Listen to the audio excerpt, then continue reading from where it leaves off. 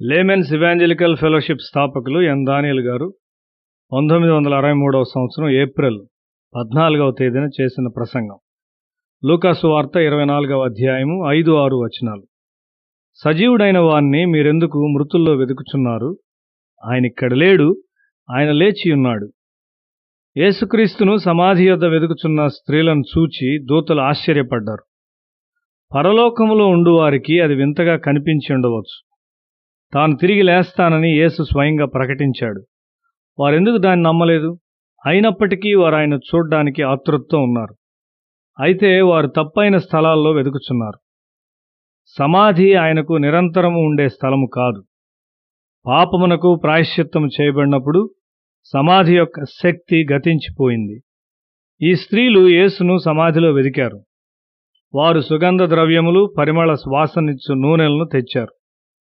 యూదులు చనిపోయిన వారిని భూస్థాపన చేయుటలో చాలా జాగ్రత్త తీసుకుంటారు. చనిపోయిన వారి శరీరముల పట్ల వారు గౌరవాన్ని చూపుతారు. క్రైస్తవ దేశాలు తమ చనిపోయిన వారి పట్ల గౌరవం కలిగి ఉంటాయి. అబ్రహాము శారాను భూస్థాపన చేయుటలో ఎంతో జాగ్రత్త కలిగి ఉన్నాడు. అతడు ఆమె పట్ల గౌరవం కలిగి ఉన్నాడు. అతడు భూస్థాపనకై ఒక పొలాన్ని కొన్నాడు. చనిపోయిన వారిని భూస్థాపన చేయు ఆచారము ప్రారంభ రోజుల్లోనే మొదలైంది. యేసు మరణించున్నప్పుడు వేడి గాలులు ఆయనపై వీచున్నవి. ఆయన దాహంగా ఉన్నాడు. అయినప్పటికీ ఆయన బలంగా ఉన్నాడు. ఎందుకనగా ఆయన పాపము లేనివాడు. అటువంటి మనిషిని చంపుట కష్టం. గొప్ప వేదనతో ఆయన మరణించాడు. క్రిందటి రాత్రి ఆయనకు నిద్రలేదు. ఆయన రాత్రి వరకు ప్రార్థించకుండా ఉండినట్లయితే ఆ దినపు సంకట పరిస్థితికి నిలువబడి ఉండట కష్టం. దైవజనునికి నిద్ర అంత ప్రాముఖ్యతగా ఉండదు. యేసు ఒకసారి తుపాను చేత విసరబడుచున్న ఒక పడవలో నిద్రించాడు. ఆయన ఎంతో అలసట చెందాడు. కొన్నిసార్లు ఆయన రాత్రంతా మేల్కొని ప్రార్థించాడు. నిద్రను ప్రేమించుట ద్వారా నీవు ఎంతో ఆశీర్వాదాన్ని పోగొట్టుకుంటావు. ప్రార్థన ద్వారా నీ పిల్లలను అకాల మరణాన్ని నుండి నీవు కాపాడగలవు. అనేక ఆత్మలు దేవుని యొద్దకు తీసుకొని రాబడతాయి. రాత్రుల్లో అనేక స్థలాల్లోని పని కొరకు ప్రభువుకు మనం ప్రార్థించగలం. భూమి మీద ఆయన జీవిత చివరి రాత్రి యేసు నిద్రించలేదు. ప్రార్థన నుండి తిన్నగా ఆయన శిలువ మీదకి వెళ్ళాడు. పాపము లేక పాపపు ఆలోచనలతో ఆయన హృదయము బలహీనపరచబడలేదు. అయితే ఆయన పాపము కొరకు విచారం కలిగి ఉన్నాడు. పాపము కొరకు దుఃఖపడువారు పవిత్రపరచబడి బలపరచబడతారు. నీవు పాపులను ప్రేమించి ప్రార్థనలో వారి పాపములను నీ మీద వేసుకున్నప్పుడు నీ భౌతిక మానసిక వ్యవస్థ నూతనపరచబడును. తన బాధలో యేసు బలాన్ని పొందుకొనుచున్నాడు. మనకు చెందని విషయాల కొరకు మనం విచారపడతాం. అది మన శరీరములను బలహీనపరచును. దాన్ని బట్టి మనము దేవునిలో ఎంత తక్కువగా ఉన్నామో అది చూపుచున్నది. యేసు యెరూషలేము కొరకు ఏడ్చాడు. నీవెన్నడైనా నీ పట్టణం కొరకు ఏడ్చావా? నీ బంధువుల కొరకు నీవు ఏడవకపోయినట్లయితే నీ సమీపస్తులు త్వరలో సమాధికి వెళ్తారు. తన సొంత తమ్ముళ్ళు, చెల్లెండ్ర కొరకు యేసు ఎంతగా ప్రార్థించాడు. వారు ఆశించిన విధంగా యూదా, యాకోబులను ఆయన బహిరంగంగా దగ్గర తీయలేదు. వారు అసంతృప్తి చెంది ఉండి ఉంటారు. అయితే ఆయన వారి కొరకు తప్పక ప్రార్థన చేసి ఉంటాడు. నీవు ఆరాధనకు వెళ్ళు సమయాన అనుకొనని విధముగా నీ బంధువులు వచ్చినప్పుడు ఏం చేస్తావు? వారి కొరకు మంచి భోజనం ఏర్పాటు చేయుటకై ఆరాధన మానుకుంటావా? లేక వారు దేవుని వాక్యాన్ని వినడానికి వారిని సంఘానికి నడిపించు ధైర్యం నీకున్నదా? యేసు శిలువ మీద వేదంతో ఉన్నప్పుడు తన బాధను గూర్చి ఆయన ఆలోచించలేదు.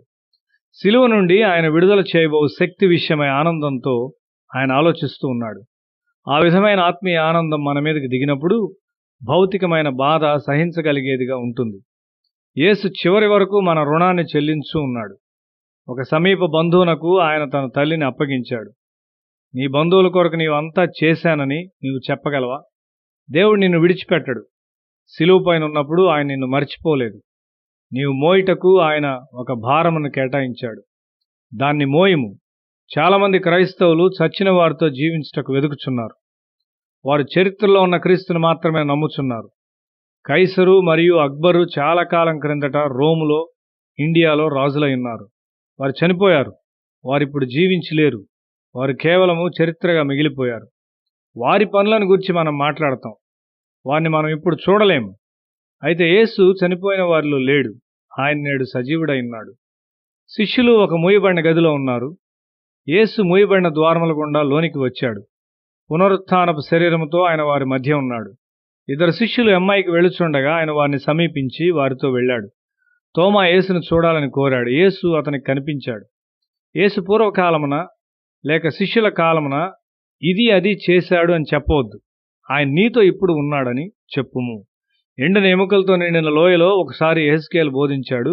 అప్పుడు మహాసైన్యము అతని ముందు నిలిచెను. యెహెజ్కేలు గ్రంథం 37వ అధ్యాయం 8 నుండి 10వ వచనం వరకు. ఆ విధమైన విషయాలు మన జీవితాల్లో కూడా జరుగుటకు అనుమతించు. మనం ఒక జయకరమైన జీవితమును కలిగి ఉండగలము.